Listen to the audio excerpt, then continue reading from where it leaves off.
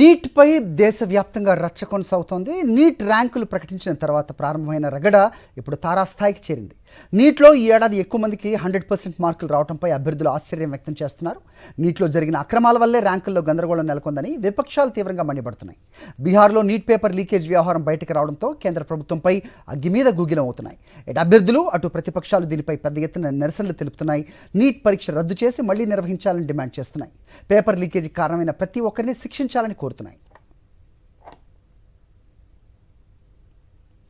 Neat అవకతవకలపై నిగ్గు తేల్చాలని demand చేశారు రాజ్యసభ సభ్యులు. కేంద్ర మాజీ మంత్రి కపిల్ సిబల్ నీట్ ఆరోపణలపై దర్యాప్తు చేసేందుకు అధికారులతో ఒక కమిటీని నియమించాలని సుప్రీంకోర్టును కోరారు. భవిష్యత్తులో నీట్ను మరింత మెరుగ్గా నిర్వహించే అంశంపై రాష్ట్రాల అభిప్రాయాలను కూడా పరిగణలోకి తీసుకోవాలని కేంద్ర ప్రభుత్వాన్ని ఆయన డిమాండ్ చేశారు. నీట్ను నిర్వహించే ఎన్టీఏ వ్యవస్థతోనే అవినీతి నెలకొందని మండిపడ్డారు. ఇలాంటి పరిస్థితుల్లో ప్రధాని మోదీ మౌనంగా ఉండడం ఏమాత్రం మంచిది కాదని హితవు పలికారు. వచ్చే పార్లమెంట్ సమావేశాల్లో నీట్లో అక్రమాలను ప్రముఖంగా ప్రస్తావించాలని అన్ని రాజకీయ పార్టీలను కోరారు కపిల్ సిబల్.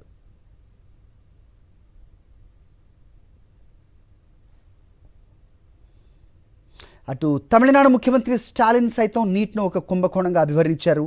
ఈ పరీక్ష పేద విద్యార్థుల ప్రయోజనాలకు, సామాజిక న్యాయానికి విరుద్ధమని మండిపడ్డారు. ఇలాంటి విధానం అమలును నిలిపివేయాలని ఎక్స్ వేదికగా కేంద్ర ప్రభుత్వాన్ని కోరారు. నీట్ చుట్టూ ముసురుకున్న వివాదాలు ఈ విధానంతో జరుగుతున్న అన్యాయాన్ని చెప్పకనే చెబుతున్నాయని అన్నారు. కేంద్ర విద్యాశాఖ మంత్రి ఎన్టీఏను సమర్థిస్తున్నా వాస్తవం మాత్రం మరోలా ఉందని వెల్లడించారు. గుజరాత్లో ఓఎంఆర్ షీట్స్ను ట్యాంపర్ చేసినట్టుగా వచ్చిన ఆరోపణలపై పోలీసులు కేసు నమోదు చేసినట్లు గుర్తు చేశారు. ఈ వ్యవస్థను మార్చాల్సిన అవసరం ఉందని అన్నారు స్టాలిన్.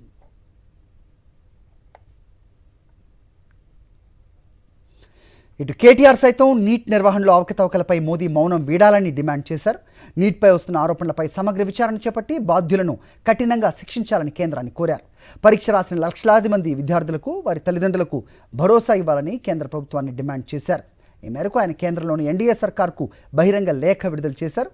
కష్టపడి చదివి డాక్టర్ కావాలని కలలుగన్న విద్యార్థులు, వారి తల్లిదండ్రుల ఆశలపై నీట్ వ్యవహారం నీళ్లు చల్లిందని ధ్వజమెత్తారు.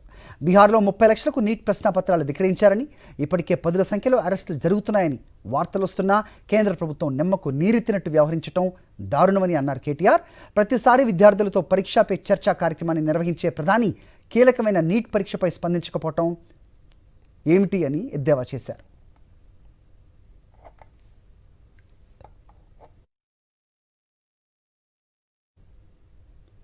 గతంలో ఎప్పుడూ లేని విధంగా నీట్ ఎగ్జామ్లో ఏకంగా 67 మందికి ఫస్ట్ ర్యాంక్ రావటం అనేక అనుమానాలకు తావిస్తోందని కేటీఆర్ మండిపడ్డారు.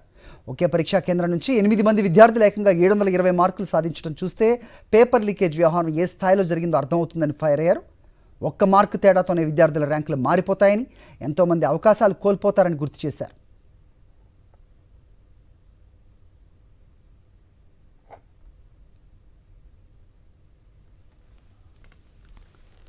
చివరికి నీట్ పరీక్షలో అక్రమాలు జరిగినట్లు కేంద్ర విద్యాశాఖ మంత్రి ధర్మేంద్ర ప్రధాన్ సైతం అంగీకరించారు.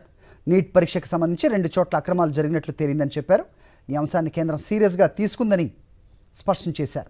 విద్యార్థులు, తల్లిదండ్రులు భయపడవద్దని చెప్పారు. సుప్రీంకోర్టు సూచన మేరకు 1563 మందికి తిరిగి పరీక్ష నిర్వహించాలని ఆదేశాలు ఇచ్చినట్టు తెలిపారు. అటు జాతీయ స్థాయి పోటీ పరీక్షలు నిర్వహించే బాధ్యతలు కలిగిన నేషనల్ టెస్టింగ్ ఏజెన్సీలో చాలా మెరుగుపడాల్సిన అవసరం ఉందని కేంద్ర మంత్రి అభిప్రాయపడ్డారు.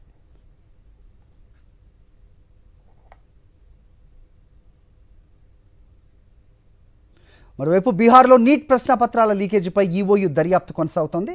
పేపర్ కొనుగోలు కోసం మాఫియాకి ఇచ్చినవిగా భావిస్తున్న 6 పోస్ట్ డేటెడ్ చెక్స్ను పోలీసులు స్వాధీనం చేసుకున్నారు.